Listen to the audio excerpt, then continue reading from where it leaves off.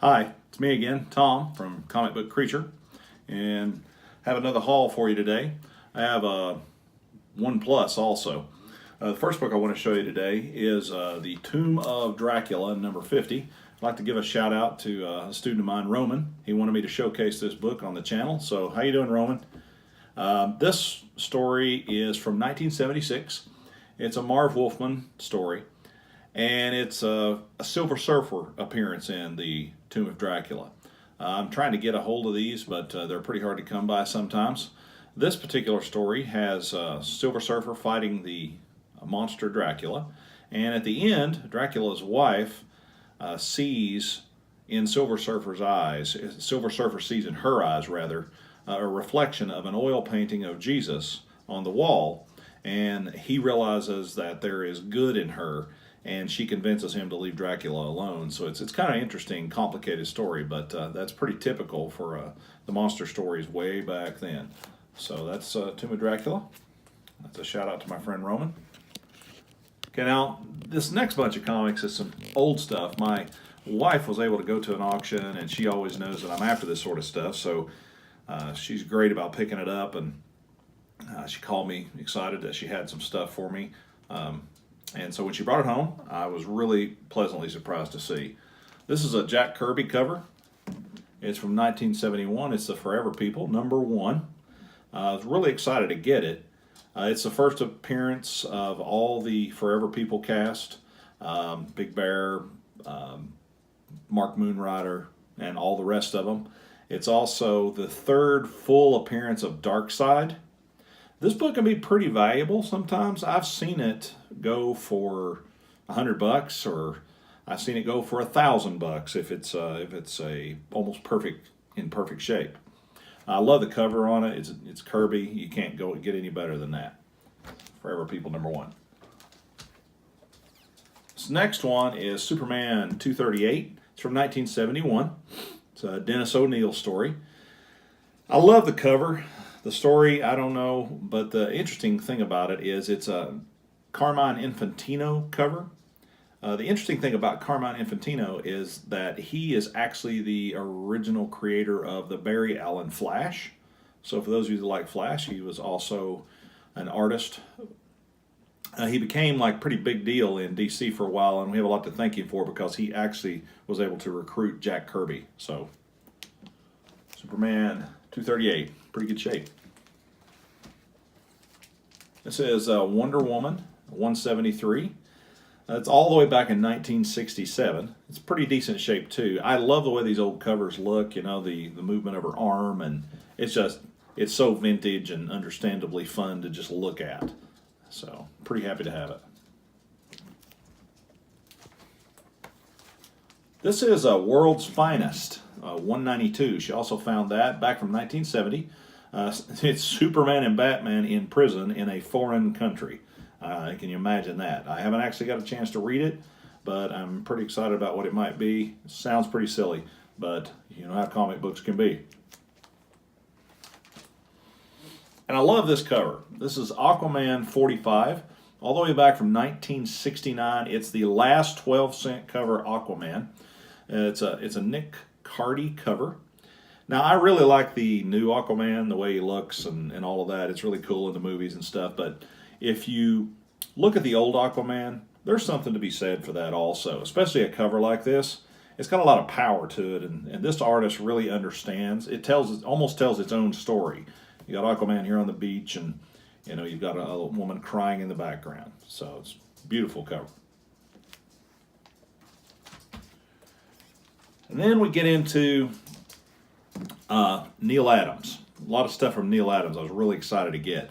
This is the Phantom Stranger 13. His covers really appeal to me. I really like them. This one's in good shape too. This is about like a muty kid that's from underground.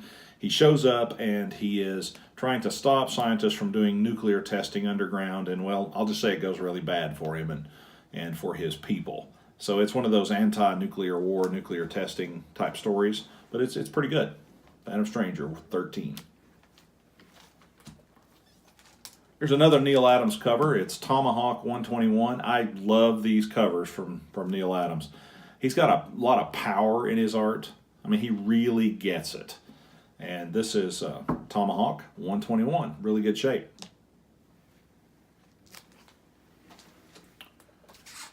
This is Adventure Comics 372 from 1968. It's also a Neal Adams art once again, and you can tell it's kind of got his signature look to it.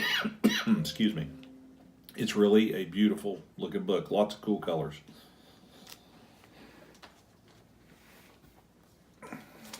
Also within the pile she brought home was Justice League number 88. It's another Neal Adams cover. I love the headshots on this book. It was all the way back from 1971. Now in this story, Batman and Black Canary's kind of their relationship was a little bit showcased, but Black Canary owns up to basically seeing bats as just a big brother type. And I'm sure Green Arrow was relieved to hear that. Picked up a little cough. Now we get into some more serious books. This is Detective 404. It's all the way back from 1970. It's another Neal Adams cover, once again. This story has on the letter page, it has a letter from Mike W. Barr, who worked at DC. It also has a letter from Martin Pasco. I think that's how you say his name, Pasco. He worked on the Batman animated series and other things, including Commandy, for those of you that like that, old stuff. This guy's really been around in the comic industry. This is Detective 413 from 1971. It's another amazing Neal Adams cover. It's really good. But the real story in this one is the Batgirl story that's in the second story called Squeeze Play. It's actually about a bad guy who creates wigs that when women purchase these, if they don't pay him exorbitant amounts of money, it will crush their heads because the wigs can do that. Only in comic books. Talk about suffering to look good. And this one is probably one of the most exciting books that I've got in a long time. This is another Neal Adams cover. It's Batman 232 from 1971. It's the first appearance of Ra's al Ghul. Really happy to have it. It's an amazing, beautiful cover from Neal Adams. There's a little bit of damage up top, but it's not much. It's very acceptable for me.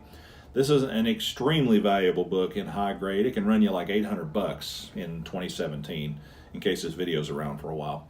This one's decent enough for me, and I'm really happy to have it and throw it in a Mylar.